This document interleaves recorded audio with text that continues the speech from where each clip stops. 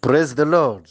Que le Seigneur vous bénisse, nous allons prier. Dieu miséricordieux et compatissant, tu ne désires pas la mort du pécheur, mais plutôt sa repentance pour vivre. Viens nous conduire dans ce sens aujourd'hui, dans le nom de Jésus. Amen. Exode chapitre 20, je prends le verset 1, allons-y un peu vite. Alors Dieu prononça toutes ces paroles en disant, verset 2, je suis l'Éternel ton Dieu qui t'ai fait sortir du pays d'Égypte, de la maison de servitude. Tu n'auras pas d'autre Dieu devant ma face. Il dit, tu n'auras pas d'autre Dieu devant ma face. Un Dieu, c'est ce en quoi l'on croit et lui fait confiance. Verset 3. Tu n'auras pas d'autre Dieu devant ma face. Verset 4. Tu ne feras point d'image taillée, ni de représentation quelconque des choses qui sont en haut dans les cieux. L'Éternel parle des choses qui sont en haut dans les cieux. Que verrez-vous? Vous verrez l'Éternel lui-même, Jésus-Christ, le Saint-Esprit, les quatre vieillards. Vous verrez les anges de la première hiérarchie et les autres anges. Et vous verrez aussi le trône de gloire. Il dit que vous ne ferez point d'image taillée ni de représentation quelconque des choses qui sont en haut dans les cieux. Et il parle aussi de en bas sur la terre. Là, vous verrez les apôtres, les pasteurs d'aujourd'hui, de ce temps. Et il parle aussi des choses qui sont plus bas sous la terre. Là, vous verrez l'esprit de mort, les démons. Verset 5. Il dit, tu ne te prosterneras point devant elles et tu ne les serviras point, car moi, l'Éternel ton Dieu, je suis un Dieu jaloux qui punit l'iniquité des pères sur les enfants jusqu'à la troisième et quatrième génération de ceux qui me haïssent. Verset 6. Et qui fait miséricorde jusqu'en 1000 générations à ceux qui m'aiment et qui gardent mes commandements. La suite vous sera développée demain par la grâce de Dieu. Mais aujourd'hui, dans le verset 3, il dit, tu n'auras point d'autre Dieu devant ma face. Et dans le verset 5, il dit, car moi, l'Éternel, ton Dieu, je suis un Dieu jaloux. Moi, personnellement, je ne comprenais pas la raison de cette jalousie de Dieu avant ça, avant. Et Dieu a voulu me faire comprendre la chose.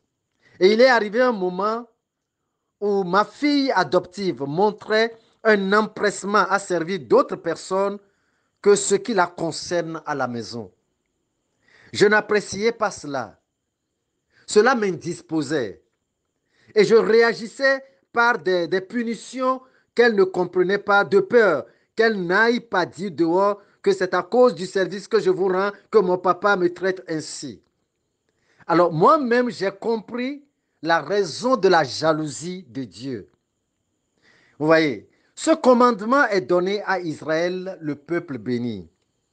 Et l'idolâtrie est un mensonge qui ruine, qui appauvrit et qui souille l'esprit et l'âme de l'homme. Les objets d'idolâtrie dans votre vie provoquent la colère de Dieu. Quand vous détournez la confiance que vous devez donner à l'Éternel pour d'autres choses, vous êtes en train de signifier à Dieu qu'il n'est pas digne de confiance et Dieu se fâche. Qu'est-ce que je dis?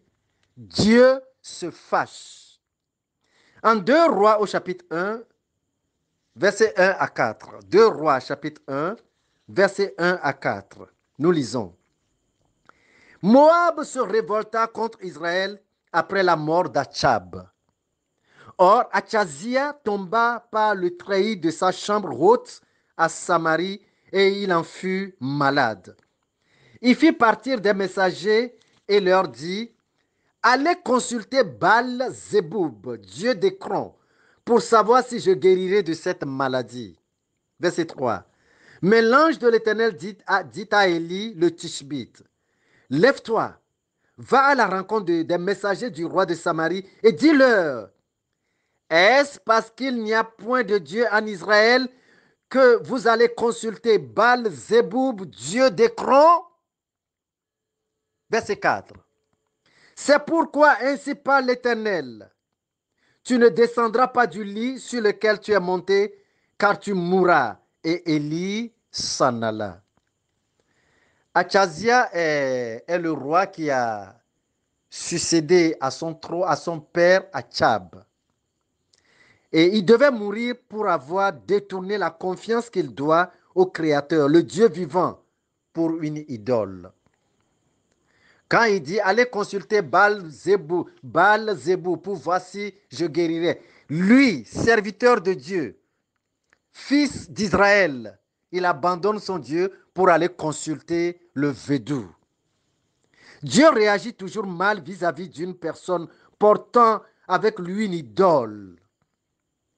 Des soi-disant pasteurs, des soi-disant serviteurs de Dieu, pasteurs d'église, dirigeants de mosquées, ainsi de suite, il y en a beaucoup. Ils portent avec eux des idoles dans leur vie. Ce n'est pas tous. Ce n'est pas tous. Mais je vous assure, je vous parle en connaissance de cause. C'est de là qu'Élie, le prophète, va leur dire, jusque à quand clocherez-vous des deux côtés? Si l'Éternel est Dieu, allez après lui. Et si c'est Baal, allez après lui. Et la Bible dit que le peuple ne lui a répondu parce que jusque-là, le peuple reste indécis. Si vous avez votre apparence en Dieu et votre pratique en idole, Dieu vous hait. Dieu vous vomit, quel que soit qui vous êtes. Dieu n'aime pas l'idolâtrie. Non. Il dit, je suis un Dieu jaloux. Vous ne devez pas associer l'idole à l'Éternel pour qu'il se ressemble. Ézéchiel chapitre 8, verset 7. Ézéchiel chapitre 8, verset 7. Et il me dit, fils de l'homme, perce la muraille. Je perçai la muraille et voici, il y avait une porte.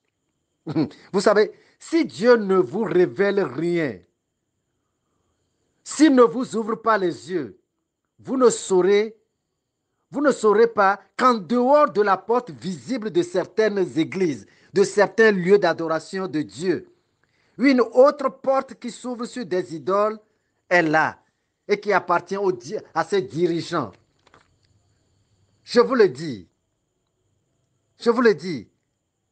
Verset 9. Il me dit, entre et vois les méchantes abominations qu'ils commettent ici. Verset 10.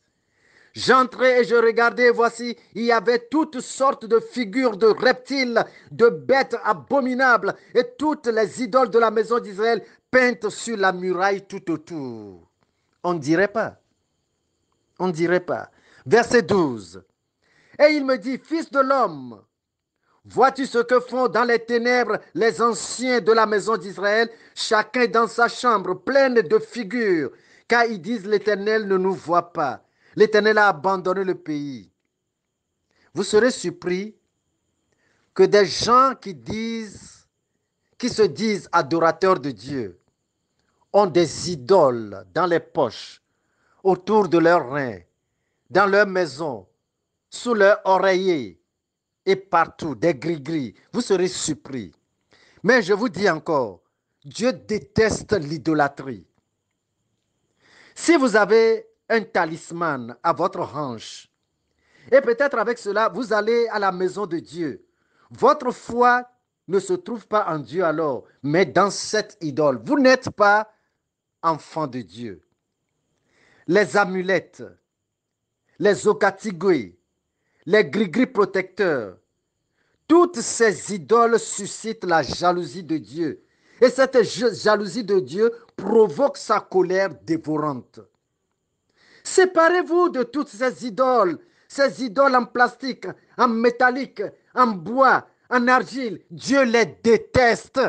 Dieu, il les déteste. Revenez à votre bon sens. Convertissez-vous. Jetez toutes ces idoles et invitez un serviteur de Dieu compétent qui doit vous aider à le faire. Et moi, je vais simplement demander à Dieu de vous soutenir, de vous donner, n'est-ce pas, de la force à ne pas regarder derrière dans cette décision que vous devez prendre. Si vous êtes prêts, soulevez vos mains vers le Seigneur. Vous êtes seul écoutant ce message. Soulevez votre main vers le ciel et repentez-vous. Et moi, je vais prier les yeux fermés. Seigneur Dieu, tu as dit, à qui me comparez-vous pour qu'il soit mon égal? Je réponds, Seigneur, il n'y en a pas. Tu es le seul vrai Dieu. Tout le reste est un mensonge. Donne à ton serviteur la force de se détourner des idoles.